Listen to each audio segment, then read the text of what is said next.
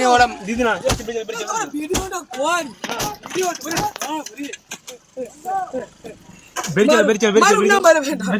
বেরোবে না তাড়াতাড়ি রেখে ফোন কর আরে ফোন করো না থানাতে ওসিকে থানা থানা না থানা লাই তুই থানা তুই কিছু করবে না কিছু করবে না ভিডিও করছি ভিডিও গোটাটাই চল কি হাত দেখাবেন না দিদি হাত দেখাবেন না দিদি মারো ভাই মারো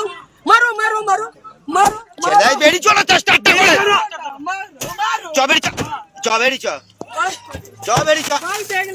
বেরি চ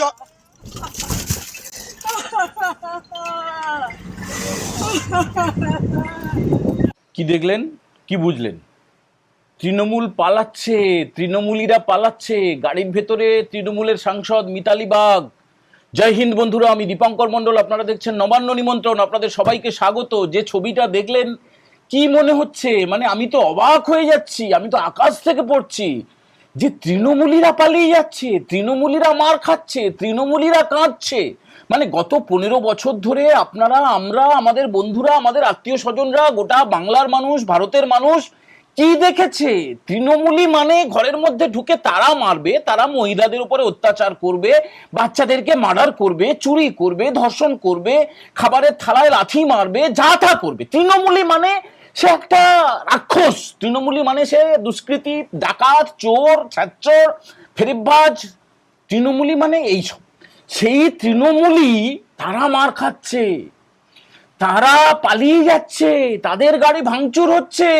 এতদিন পর্যন্ত কাদের গাড়ি ভাঙচুর হতো? বিজেপির সর্বভারতীয় সভাপতি জেপি নাড্ডা, তার গাড়ি ভেঙে দিচ্ছে। Z+ সিকিউরিটি নিয়ে তিনি এ রাজ্যে এসেছিলেন ভাইপো জেলায়, ভাইপো তার জেলায় মানে দক্ষিণ 24 পরগনায় তিনি এসেছিলেন। তো তার গাড়িতে ভাঙচুর করা হয়েছিল। রাজ্যের বিরোধী দলনেতা শুভেন্দু অধিকারী Z+ সিকিউরিটি পান, তার গাড়িতে একদম প্রাণঘাতী হামলা চালানো হয়েছিল। নিশীথ প্রামাণিক প্রাক্তন কেন্দ্রীয় স্বরাষ্ট্রমন্ত্রীর ডেপুটি ছিলেন, বুঝলেন, প্রতিমন্ত্রী ছিলেন, অমিত শাহের ডেপুটি ছিলেন, তার গাড়িতে ভাঙচুর, প্রাণঘাতী হামলা। আর এখন ছবিটা দেখছেন, কি দেখছেন? মানে অবাক লাগছে না? দেখুন, কোনো ভাঙচুর, কোনো আক্রমণ, কোনো প্রাণঘাতী হামলাকে আমরা সমর্থন করি না। আমরা শুধু দুটো ছবি বলছি আপনাদেরকে, দুটো ছবি বলছি। কয়েকদিন আগে পর্যন্ত যারা মার খেয়েছে তারা পাল্টা মারছে। আর রাজ্যের শাসক দল তৃণমূল কংগ্রেস, তাদের নেতা, মন্ত্রী, সাংসদ, বিধায়ক তারা পালাচ্ছে, দৌড়ে পালাচ্ছে। কি অবস্থা! আচ্ছা দেখুন, আপনারা অনেকে দু একজন বলেছেন যে বাম আমলের উদাহরণ দেবেন না। আসলে আমাদের কেরিয়ার, মানে আমার কেরিয়ার শুরু হয়েছিল, আমি সাংবাদিকতার পেশায় এসেছিলাম বাম আমলে, একদম বাম আমলের শেষ কয়েক বছর আমি সাংবাদিকতা শুরু করেছি, এখনো করে যাচ্ছি। তো আপনাদের মনে থাকবে, বাম জামানার শেষ দিকে জঙ্গল মহলে সিপিএম করলে ভয়ে থাকতে হতো। তখন বামেরা একদম রমরম করে চলছে, রমরম করে, তাদের একদম মুখ্যমন্ত্রী, স্বরাষ্ট্রমন্ত্রী, পুলিশ মন্ত্রী, সব তাদের। তো সেই অবস্থাতে জঙ্গল মহলে এতটাই বেশি তারা শোষিত হয়েছেন, অবহেলিত হয়েছেন যে সিপিএম কে বেছে তারা মারতো, গাছে ঝুলিয়ে দিয়ে মারতো, কখনো রাস্তায় মারতো, ঘরে মারতো, একদম আতঙ্কিত হয়ে গিয়েছিল। সেই ছবিটা এই ছবি নয় তো? মানে তার পুনরাবৃত্তি হচ্ছে না তো? ইতিহাসের পুনরাবৃত্তি হয়। শাসক যখনই দুষ্কৃতীদেরকে শেল্টার দিতে শুরু করে, শাসক যখন ধর্ষকদেরকে আশ্রয় দিতে শুরু করে, শাসক যখন তার চোরেদেরকে আশ্রয় দিতে শুরু করে, তখন সাধারণ মানুষ ক্ষিপ্ত হয়ে যায়। দেখুন, আজকে কারা অ্যাটাক করেছে আমরা জানি না, সত্যিই জানি না। মানে বিজেপি করেছে, না সিপিএম করেছে, না তৃণমূলের লোক তৃণমূলকে ধরে মারছে, আমরা সত্যিই জানি না। তবে এই ঘটনার পরে যিনি ডিইও, তিনি একটা রিপোর্ট পাঠিয়েছেন সিইও দপ্তরে, বলেছেন যে এটা দলীয় অন্তর্কোন্দল। এই ধরনের রিপোর্টই কিন্তু আমরা শুনে দেখে অভ্যস্ত। যখন যারা মার খেত, মানে আগে বিরোধীরা, বিজেপিরই যখন কর্মীরা, নেতারা, সাংসদরা, মনে নেই খগেন মুর্মুকে কিভাবে মেরে রক্ত বার করে দিয়েছিল? কি অপরাধে? না, ওই এলাকায় তিনি ত্রাণ বন্টন করতে গিয়েছিলেন। ত্রাণ বন্টন করতে গিয়ে শুভেন্দু অধিকারী একাধিকবার মার খেয়েছেন। তারপরে রাজ্য পুলিশের তরফে, প্রশাসনের তরফে একটা রিপোর্ট দেওয়া হতো যে এটা দলীয় অন্তর্কোন্দলের ফল। বন্ধুরা, আজকের এই রিপোর্ট, আজকের এই ছবি, আজকের এই পালিয়ে যাওয়া, এগুলো দেখলে খুব অল্প সংখ্যক আমাদের দর্শক বন্ধুরা বিরাট কষ্ট পাবেন, দুঃখ পাবেন, আর বেশিরভাগ মানুষ উল্লসিত হবেন, আনন্দ পাবেন। আমি ঠিক বলছি তো? কেন বলছি বলুন তো? এই রাজ্যে যখন মা কালীকে, আমাদের আরাধনা করার, আমাদের উপাস্য দেবী, শক্তির যিনি দেবী মা কালী, তার প্রতিমাকে ছিনিয়ে নিয়ে যাওয়া হয়, জিহাদিরা তাকে ভেঙে দেয়, ছিনিয়ে নিয়ে গিয়ে তারা পুলিশ ভ্যানে তুলে দেয়, এবং তারপরেও একটা নির্লজ্জ বেহায়া সরকার এবং সেই সরকারের মুখ্যমন্ত্রী তিনি উদাসীন থেকে তিনি একটা ঘোমটার মতো বোরখা পরে না হিজাব পরে তিনি দুর্গোৎসবে যোগ দেন। তো গতকালকের ছবিটা কি? গতকালকের ছবিটা হচ্ছে কলকাতার, মানে উত্তর কলকাতার ঠনঠনিয়া কালী মন্দিরে প্রধানমন্ত্রী নরেন্দ্র মোদী তিনি গিয়ে পুজো দিয়েছেন, এবং শুধু পুজো দেননি, এ রাজ্যের মানুষের জন্য, মানে আমাদের জন্য, আমাদের মুক্তির জন্য, আমাদের স্বাধীনতার জন্য, আমাদের আজাদির জন্য মায়ের কাছে প্রার্থনা করেছেন। তার পরের দিনই কয়েক ঘন্টা যেতে না যেতে তার কি সুফল পাওয়া যাচ্ছে? দেখুন, যে কেন্দ্রগুলোতে ভোট হবে, মানে 142টা কেন্দ্রে ভোট হবে, আজকে বিকেল 6টা পর্যন্ত প্রচারের শেষ সময়সীমা, তারপরে সাইলেন্স পিরিয়ড শুরু হয়ে যাবে। সিএপিএফ এর জওয়ানরা, পুলিশের জওয়ানরা, কর্মীরা, অফিসাররা, তারা 142টা কেন্দ্রের বিভিন্ন ব্লকে ব্লকে, বিভিন্ন পাড়ায় পাড়ায় তারা টহল দিচ্ছেন। এবং সেই অপারেশনটার নাম মনে আছে তো? অপারেশন অল আউট 2, মানে পেলে উদম কেলাও, বাটাম দিয়ে কেলাও, লাঠি দিয়ে কেলাও। মানে দেখুন, শব্দগুলো আপনাদের একটুখানি হয়তো শুনতে কানে লাগছে, বা বলছেন, ভাববেন যে দীপঙ্কর বাবু বা ভাই তুমি কি বলছো। এগুলো আসলে স্বতঃস্ফূর্তভাবে বেরিয়ে আসছে, আমি জানি না যে এগুলো আপনারা কিভাবে নেবেন, কিন্তু এটা সিদ্ধান্ত হয়েছে, এটা সিদ্ধান্ত হয়েছে যে বিএসএফ বা আইটিবিপি বা এসএসবি বা সিআরপিএফ, তাদের যারা ডিজিরা এবং রাজ্য পুলিশের, রাজ্য প্রশাসনের শীর্ষকর্তারা মিলিতভাবে এই সিদ্ধান্তটা নিয়েছেন যে যেখানে যে গন্ডগোল করার চেষ্টা করবে তাদেরকে একদম তুলে আছাড় মারো, তোমার তুলে একদম পগার পার করে দাও, একদম প্রাচীরের ওপারে, বাউন্ডারির বাইরে ফেলে দাও। দেখুন, গত 24 ঘন্টার আমি একটা আপনাদেরকে রিপোর্ট দিচ্ছি, গত 24 ঘন্টার রিপোর্ট। কতজনকে অ্যারেস্ট করা হয়েছে? গত 24 ঘন্টায় 1543 জনকে অ্যারেস্ট করা হয়েছে। সতর্কতামূলক অ্যারেস্ট, মানে এটাকে বলা হয় প্রিভেন্টিভ অ্যারেস্ট, যাতে করে ভোটের সময় এই যে যারা দুষ্কৃতীরা তারা কোনো অশান্তি না করতে পারে, সেইটার জন্য সতর্কতামূলক অ্যারেস্ট করা হয়েছে। এবং এর মধ্যে কয়েকজন কাউন্সিলর রয়েছে, মানে তৃণমূলের কাউন্সিলর। বুঝতে পারছেন কি অবস্থা?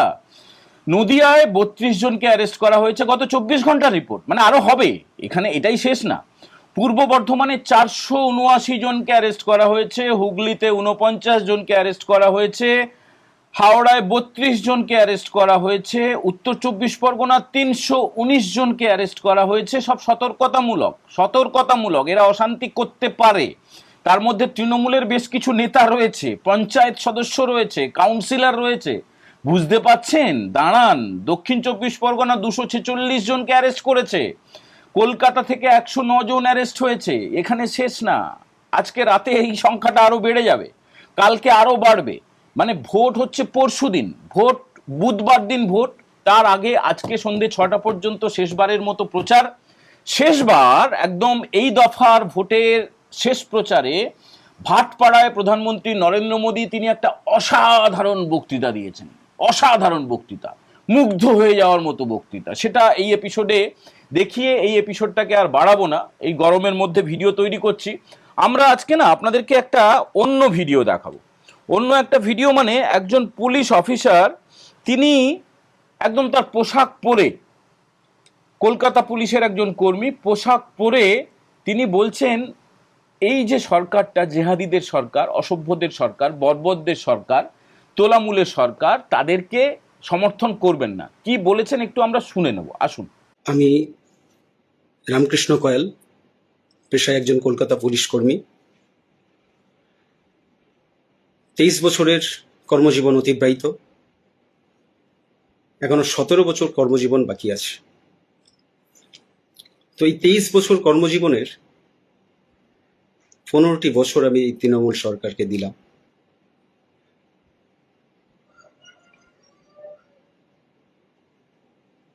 এই 15 বছরে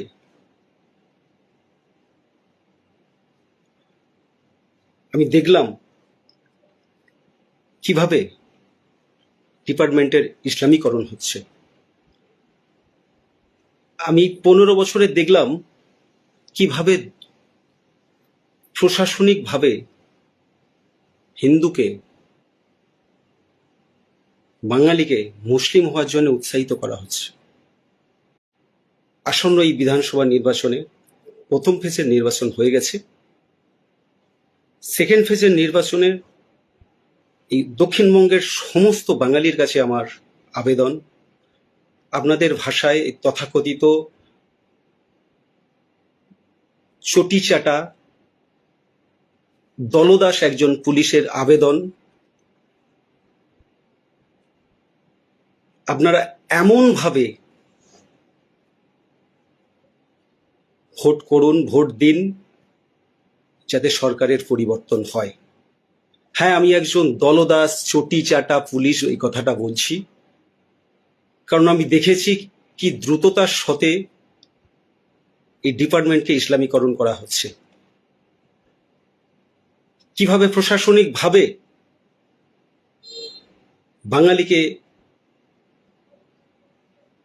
মুসলমান হওয়ার জন্য উৎসাহিত করা হচ্ছে। এই ভোটে, এই সেকেন্ড ফেজের ভোটে দক্ষিণবঙ্গের মানুষ, সমস্ত বাঙালি যদি হিন্দু মনে করেন, সবাই মিলে টিএমসির এই সরকার পরিবর্তন করতে, অর্থাৎ টিএমসির বিপরীতে ভোট দিন। টিএমসি জিতে যাওয়ার অর্থ হচ্ছে মুসলমানের জিতে যাওয়া, হ্যাঁ, জেহাদি শক্তির জিতে যাওয়া। আর মুসলমান জিতে যাওয়ার অর্থ হচ্ছে আমাদের মঠ মন্দির ধ্বংস। বন্ধুরা কি বলবেন? রামকৃষ্ণ কয়াল নামে একজন কলকাতা পুলিশের কর্মী, তিনি পুলিশের পোশাকে, তিনি সমাজ মাধ্যমে এই ভিডিওটা, অনেক লম্বা ভিডিও ছিল, সেখান থেকে একদম সামনে থেকে ছোট্ট করে কেটে আপনাদের একটু দেখালাম নির্বাচিত অংশ। তিনি যেটা আবেদন করছেন যে এই সরকার যদি থেকে যায় সেটা জেহাদিদের সরকারে রূপান্তরিত হবে, শরীয়ত আইন লাগু হবে, মঠ মন্দির ধ্বংস হয়ে যাবে। যে কথাটা আপনাদেরকে আমরা বলেছি, আগে বারবার বলেছি, যে সিঁদুর পরার অধিকার চলে যাবে, বোরখা পরতে বাধ্য হবেন আপনাদের মায়েরা, স্ত্রীরা, আপনাদের বোনেরা, দিদিরা, শাঁখা পলা এগুলো সব নিষিদ্ধ হয়ে যাবে, বাড়িতে পুজো করতে পারবেন কিনা সন্দেহ, স্কুলে কলেজে বিশ্ববিদ্যালয়ে সমস্ত পুজো আচ্চা সব বন্ধ হয়ে যাবে। জামাতিদের সঙ্গে হাত মিলিয়ে এটা হয়তো একটা অন্যরকম দেশও তৈরি হয়ে যেতে পারে, সে সম্ভাবনা উড়িয়ে দেওয়া যায় না। তো আপনারা কি মনে করছেন? দেখুন, রামকৃষ্ণবাবু যেহেতু পুলিশের পোশাক পরে এসব কথা বলেছেন, তাকে সাসপেন্ড করা হয়েছে বলে আমরা শুনতে পাচ্ছি। একদম শুরু করেছিলাম তৃণমূলীদের পলায়নের ছবি দিয়ে এবং শেষ করলাম একজন কলকাতা পুলিশের কর্তব্যরত একজন কর্মীর বক্তব্য দিয়ে। এবারে বাকি রইল আপনাদের বক্তব্য, বাকি রইল আপনাদের সিদ্ধান্ত।